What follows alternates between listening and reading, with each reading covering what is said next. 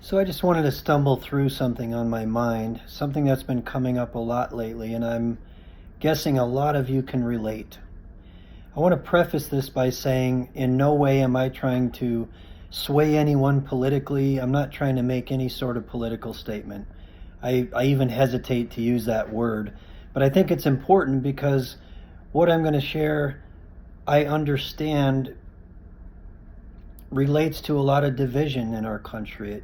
It's a trigger for a lot of us. So I notice that I have been having a lot of heightened emotions lately. I've been feeling a lot of things more deeply. I've been, to be honest, struggling a little bit. And it's because every time I turn on the television, there's some tragedy. Now, I know that's nothing new, and I know there's a lot of people that will make the argument of, oh, we've never been safer than any time in history, and everyone has a whataboutism. Everyone has a counter argument. No matter what side you're on, everyone has an argument. So I'm just going to ask you in the moment, invite you, let's say, to just kind of think about what you notice and what you feel related to what you see going on in our culture. And I'm honestly not wanting to point out any specific thing. There are many things going on that relate to harming people and hurting people and separating people, and you just can't be a human being and look at this stuff and not be affected deeply on a personal level. If you are not affected, it's probably because you're finding a way to emotionally or mentally distance yourself from what you see happening around you. Rationalization is a powerful tool for distancing. Ideology is a powerful tool for distancing. We have all sorts of ways to justify what we see happening through our televisions. And I just want to invite all of you to recognize that all of us are feeling a little bit powerless. All of us are struggling to understand how can we be a part of affecting some sort of positive change. I realize the moment I say that, we get into that political arena. Well, what do we mean by change? How would we change? How would we affect change? So for me personally, I guess I just wanted to share with you how I'm coping with this particular day and age that we're living in. There are many, many things that I feel powerless to. I see things happening that I believe strongly are going to affect my daughters and their children. I think there's things going on right now. We are sort of at the precipice of massive global transformation. Some of that's probably good, some of that's not so good at all. Suffice it to say, I think if I'm being honest and realistic, there's a lot of things coming that we aren't emotionally prepared for in our world. So I try to focus on, first of all, I try to surrender to that which I cannot control. And I'm not trying to throw the serenity prayer at you, but it really captures it. I'm trying to really focus on the things that are just out of my control, and I surrender to those things, and I try to pay attention to the fact that there's no point in me getting emotionally wound up or angry about things that are just completely out of my control. That said, the quickest way for all of us to experience collective depression is for us to feel collectively powerless. We find ourselves in a bit of learned helplessness, and learned helplessness is not a good place to be. Learned helplessness means that you have learned that you are powerless and that your voice doesn't matter.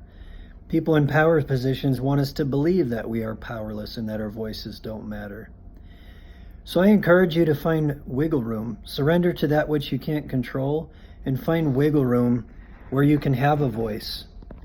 Do whatever you can to have a voice. Do whatever you can to be a part of affecting some sort of positivity or light or goodness. Just be a compassionate person, man. You don't have to get into politics to be compassionate to your neighbor. You don't have to be into politics, or you don't have to spout a bunch of politics. You don't need to get into the sanctimonious, self-serving, self-righteous space of I am right and you are wrong, or my version of reality is better than your version of reality. That just creates more separation and division. But you know what? You can listen to your heart. You can listen to your body. You can empathize with what it's like to lose a son or a daughter. You can empathize with what it's like to lose a mother or a father. You can empathize with what it's like to live in fear. So I encourage you to find wiggle room. I encourage you to tend to the part of the garden that you can touch. Tend to the part of the garden that you can touch. I believe Ram Dass said that. Focus your attention on that which you can change, on that which you can control. Realize that we need to share our voices right now. It is imperative that we share our voices. You can share it honestly. You can share it openly. You don't have to get up on a soapbox and preach to people. Just be honest. And I'm being honest with you right now and saying, man, I'm hurting a little bit. I feel what's going on in our culture, and it hurts, and it makes me feel a little powerless. And I want to share my voice and at least move the needle in the direction of being more positive, being more loving, being more compassionate. Move things toward heaven, not toward hell. Don't be part of the hate. Don't be part of the division. Don't be part of the separation. Don't be part of the self-righteousness. So listen to your heart. Get out of here and get into here. All right? That was way more rambling and long than I wanted, but listen, I don't have the right words. I just know that you are probably feeling it the way I'm feeling it, and a lot of us are feeling isolated and alone. You got to share your voice however you can, even if it's just with your family, even if it's just with your friends. Be honest about what you're feeling. Be honest about what you see. I think we can affect a lot of positive change just by being open and honest about what we're experiencing, realizing that we are genuinely all in this together. We are collectively connected, and we have a collective conscience, so we have a collective ego.